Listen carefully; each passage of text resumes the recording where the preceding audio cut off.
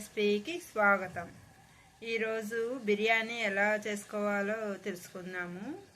వాటికి కావాల్సినవి బిర్యానీకి రైస్ తీసుకున్నాను. మామూలుగా ఇంట్లో వాడుకునే రైసే తీసాను. ఇది 1.5 గ్లాస్, ఈ గ్లాస్తో 1.5 గ్లాస్ తీసుకున్నాను. రెండు ఉల్లిపాయలు ఇలాగా నిలువుగా కట్ చేశాను.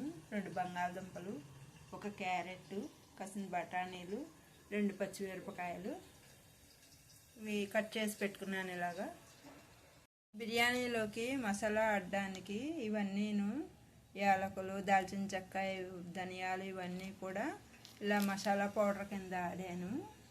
నెక్స్ట్ అందులోకి 2 పచ్చిమిరపకాయలు, కొంచెం అల్లం, వెల్లుల్లి, 2 ఉల్లిపాయలు కట్ చేశాను, బిర్యానీ ఆకు, పచ్చిమిరపకాయ, వెల్లుల్లి, అల్లము, ఉల్లిపాయలు ఇవన్నీ మిక్సీ ఆడుకోవాలి. ఇది మసాలా మాత్రం మిక్సీ ఆడేసి పెట్టుకున్నాను. మిక్సీ పట్టుకోవడానికి ఉల్లిపాయలు, అల్లము, వెల్లుల్లి, పచ్చిమిరపకాయలు ఇవన్నీ మిక్సీ జార్లో వేసినాను. ఇవి మెత్తగా పేస్ట్ లాగా ఆడుకోవాలి. బిర్యానీకి రైస్ శుభ్రంగా కడిగేసుకుని పెట్టుకోవాలి. రైస్ ఇలా కడిగేసేసి ఇలా పెట్టుకున్నాను. ఇప్పుడు స్టవ్ వెలిగించి మూకుడు పెట్టుకోవాలి. ఇలా పెట్టాను. కొంచెం ఆయిల్ వేసుకోవాలి. ఆయిల్ వేసాను. స్టవ్ వెలిగించి ఇందులో ఉల్లిపాయ ముక్కలు, కట్ చేసిన ఉల్లిపాయ ముక్కలు ఇలా వేసుకోవాలి. పచ్చిమిరపకాయ ముక్కలు, బంగాళదుంపలు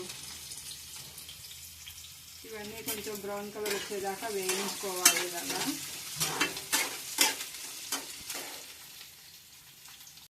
బంగాళదుంప, పచ్చిమిరపకాయ ఇవి ఇలా వేగుతున్నాయి. ఇప్పుడు క్యారెట్, బఠానీ కూడా ఉన్నాయి కదా, ఇవి కూడా ఇలా వేసేసుకోవాలి. కొంచెంసేపు వేగనివ్వాలి. ఇవి కూడాను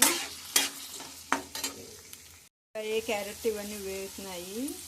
కొంచెం పసుపు వేసుకోవాలి.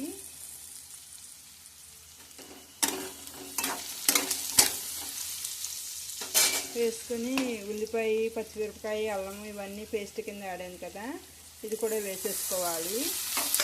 వేసేసుకుని ఒక 5 నిమిషాలు మగ్గనివ్వాలి. ఇలాగది మసాలా పౌడర్ ఆడి పెట్టుకున్నాను కదా, ఇది వేసుకోవాలి. ఇది చాలా ఘాటుగా ఉంటుంది. తగినంత ఉప్పు వేసుకోవాలి. సరిపడా ఉప్పు వేసుకోవాలి. ఇలాగా వేసుకుని ఒకసారి కలుపుకోవాలి. ఇవన్నీ వేగిపోయేలాగా స్టవ్ ఆఫ్ చేసేసాను. రైస్ ఇలాగా కడిగి పెట్టుకున్నాను కదా, ఇప్పుడు ఇవన్నీ వేయించినవన్నీ కూడా ఇందులో వేసేసుకోవాలి. ఇలాగా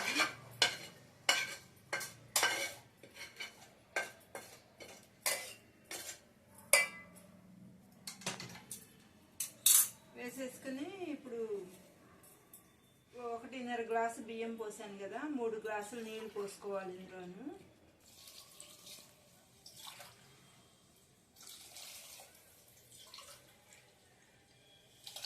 3 గ్లాసులు నీళ్ళు పోసాను. ఇలాగా ఒకసారి ఇలా కలుపుకోవాలి. కొంచెం ఉప్పు తక్కువ అయితే కనుక ఈ వాటర్ని చూసుకుని వేసుకోవచ్చు. ఇందులో ఉప్పు కలిపేసుకోవచ్చు. ఉప్పు సరిపోయింది నాకు. ఇలా ఒకసారి కలిపేసాను. బిర్యానీ ఆకు ఇందులో వేసినాను. ఇలాగా ఇది కుక్కర్లో పెట్టుకోవడమే. ఇప్పుడు స్టవ్ వెలిగించాను. కుక్కర్లో పెడుతున్నాను. ఇది 3 విజిల్స్ రానివ్వాలి. ఇలాగా కుక్కర్లో వెయిట్ పెట్టాలి. హైలో పెట్టేసేసి 3 విజిల్స్ రానివ్వాలి. బిర్యానీలోకి ఉల్లి చట్నీ చేసుకుందాం. ఇప్పుడు ఉల్లిపాయలనేమో ఇలాగ సన్నగా కట్ చేశాను. 2 పచ్చిమిరపకాయలు, 2 ఉల్లిపాయలు, కొంచెం కొత్తిమీర. ఇప్పుడు ఉల్లిపాయలు ఏమో ఇందులో వేసుకుందాం. ఇలాగ ఉల్లి చట్నీకి ఉల్లిపాయలు, పచ్చిమిరపకాయలు, కొంచెం కొత్తిమీర వేసుకుని తగినంత ఉప్పు కూడా వేసుకోవాలి. సరిపడా ఉప్పు వేస్తున్నాను. అలాగా ఇప్పుడు ఇందులో పెరుగు కలుపుకోవాలి. నేను ఇలా గట్టిగా ఉన్న పెరుగు కలుపుకుంటే చాలా బాగుంటుంది. ఇలా పెరుగు కలిపేసుకోవాలి.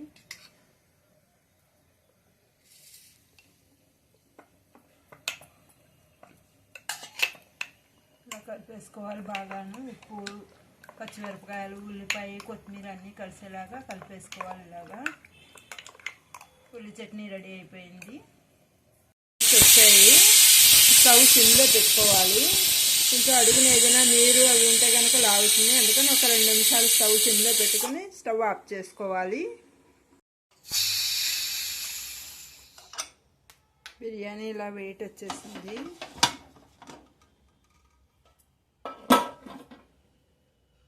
బిర్యానీ ఇలా ఉడికింది.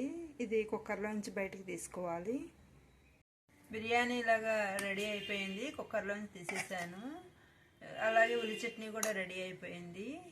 ఇది వేడివేడిగా వడ్డించుకు తినడమేను. ఇది ఒకసారి ట్రై చేసి చూడండి. ఈ వీడియో చూసినందుకు కృతజ్ఞతలు.